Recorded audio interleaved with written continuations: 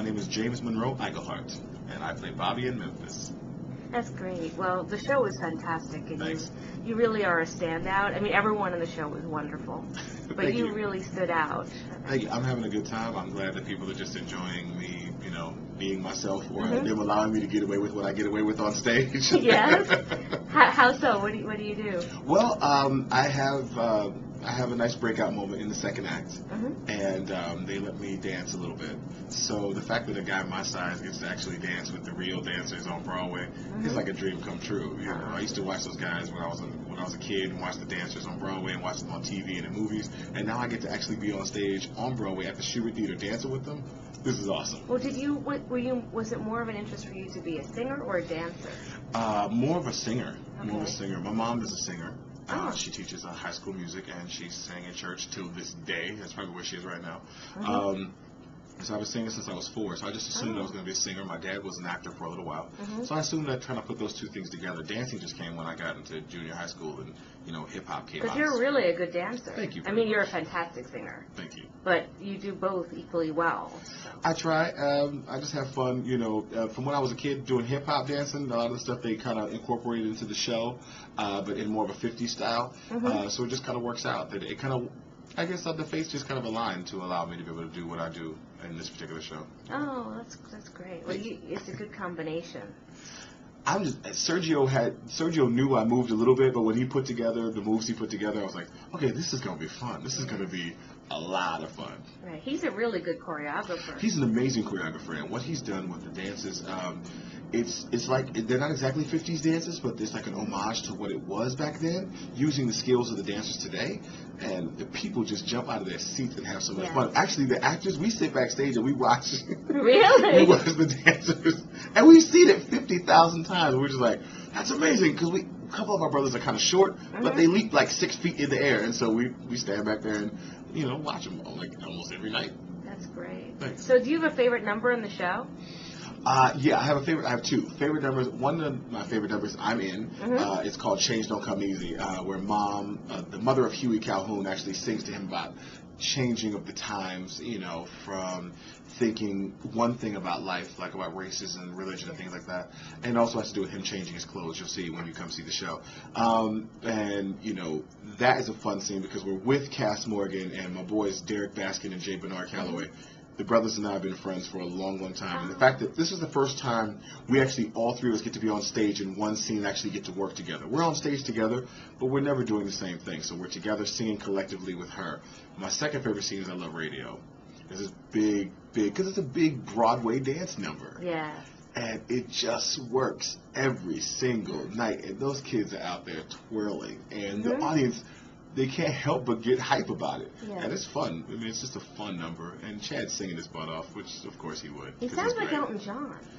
He has a little bit of that. He has a little bit of that in there. There's so many different styles that Chad brings to Huey that it's hard to pinpoint one. But he's got a lot of different nuances and little influences that he's had over the years to create this character. That's great. So the guy, you've been friends with the guy you said he was in Spelling Bee. I saw him in the original. Yes, Derek Baskin. He's very good in that too. Derek Baskin is great. Actually, Derek Baskin, when he was leaving Spelling Bee, told me, hey, they're looking for someone for the San Francisco cast. This is before they made the tour and everything else. And they couldn't find anybody.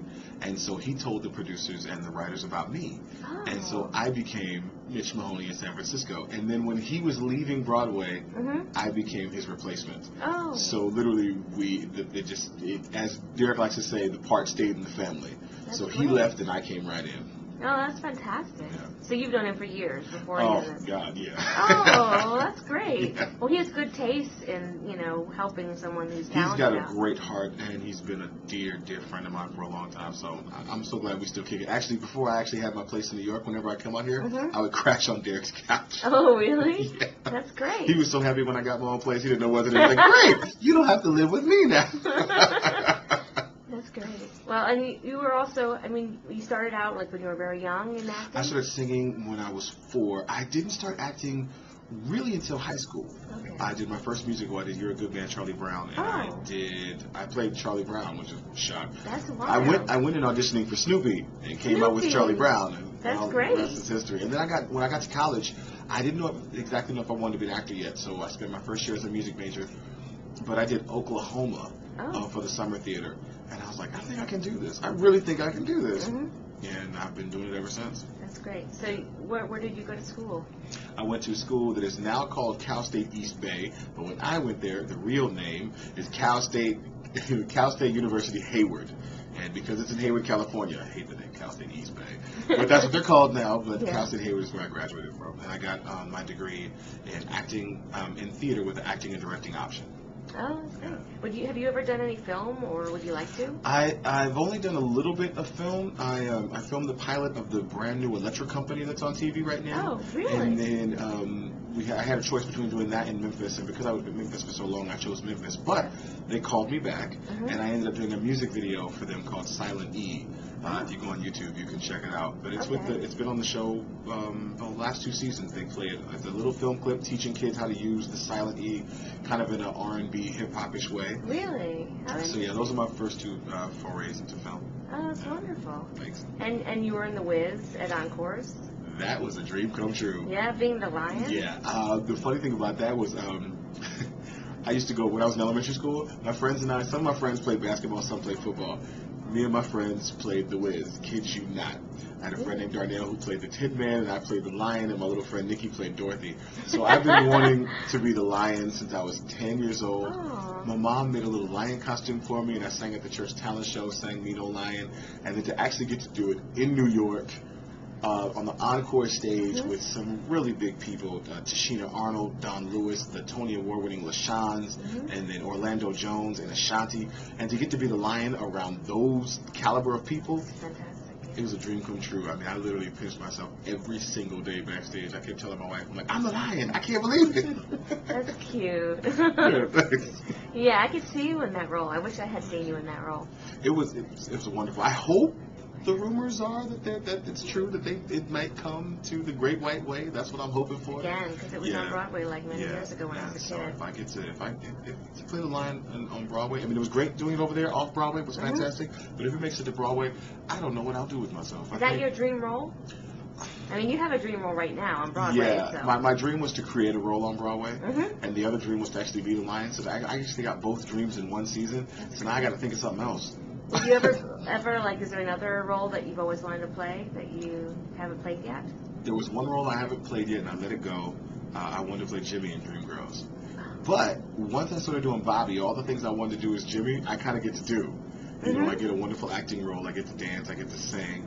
And I get to kind of be like a little bit of the comedy relief of the show. And so I was like, okay, I've actually got to do that. So I kind of fulfilled that when Memphis came along. And didn't even realize I was going to get to do that. Because when I first got to Memphis, the role wasn't as big as it is now. Oh, really? So, yeah. They added more to it? Yeah, when I first got it, I had a nice song and I had a nice spot. But the more the writers got to know me, they started building the character around me. And every place we've gone, from La Jolla to Seattle to now on Broadway, the part's gotten bigger and bigger.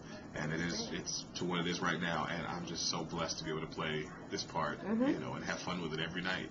That's great. Thanks. That's great. Yeah, no, you do a really great job in this show. I mean, everyone that was around was like amazed and like just saying, "Wow, look, that guy's a star." Thank you. Yeah, so that's what I'm hoping for. I mean, this is all I've ever wanted to do, and the fact that people are actually enjoying what I'm doing just makes me so happy. That people can actually come and, you know, pay their hard-earned money just to get away from life for a second and come see Memphis, and then enjoy the fact that I'm up there singing and dancing.